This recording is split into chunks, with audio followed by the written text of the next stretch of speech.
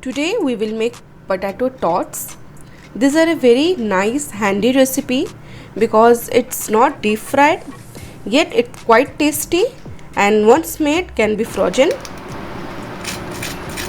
And you can see how crunchy the outer surface is, and from inside it looks so delicious. Very easy to make and can be made with only 3 to 4 ingredients, and these are readily available in everybody's homes. Hey guys, I am Subhankari and I welcome you all to my channel Su's Food Corner. I hope you all are doing great in your lives, and if you are new to my channel, do subscribe to my page and do not forget to tap the bell button. Be safe guys in this time, and thank you all for liking my videos so much. So let's begin with this simple yet tasty recipe. I have taken here 4 medium sized potatoes. I have boiled them, peeled them, and then I have grated them. I have used the bigger side of the grater so that I get a little larger grated potatoes here. So then I have taken here fresh breadcrumbs. That means I have taken 2 bread slices and I have prepared this breadcrumbs. If you do not have breadcrumbs, you can also use 2 tablespoons of all-purpose flour. Then I have taken corn flour around 2 tablespoons. If you are using breadcrumbs, then 2 tablespoons of corn flour is okay. And if you are using all-purpose flour, you will use corn flour 1 tablespoon. Crushed chilies or red chili flakes I have taken here around 1 teaspoon. Completely depends upon your choice. Then I have used grated garlic, around 10 to 12 garlic pods I have taken, medium size ones. Then mixed herbs I have taken, or you can also take pizza seasoning around 1 tablespoon, and salt as per the taste. Apart from that, I will take melted butter. So let's begin. In a bowl, I have taken the grated potatoes. To it, I will add freshly prepared breadcrumbs of 2 white bread slices. Then goes corn flour. And as I said, if you are using all-purpose flour, you can decrease the amount of corn flour.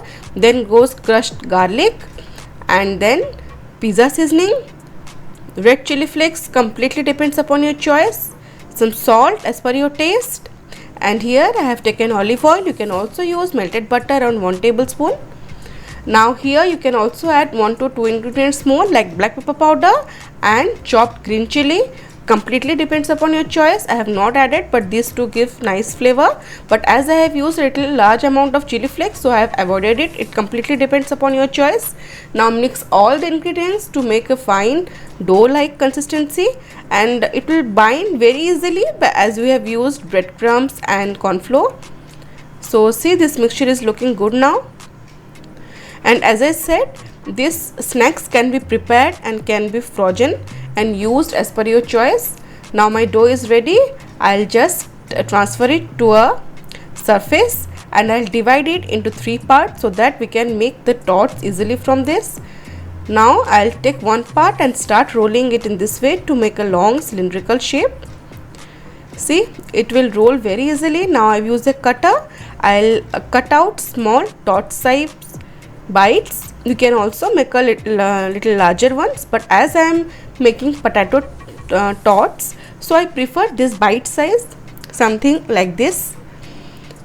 And once you prepare this, if you are preparing the snack immediately, just keep it in fridge for around 20 minutes.